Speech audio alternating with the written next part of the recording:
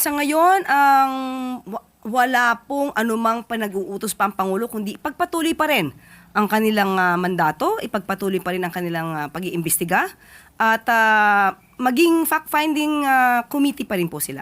Tiniyak ng Malacanang na tuloy ang trabaho ng Independent Commission for Infrastructure o ICI sa gitna ng usap-usapan na bubuwagin na ang komisyon. Ayon naman kay retired General Rodolfo Azurin Jr., Special Advisor ng independent body, susulat sila sa Office of the President para klaruhin at humingi ng guidance sa estado ng ICI.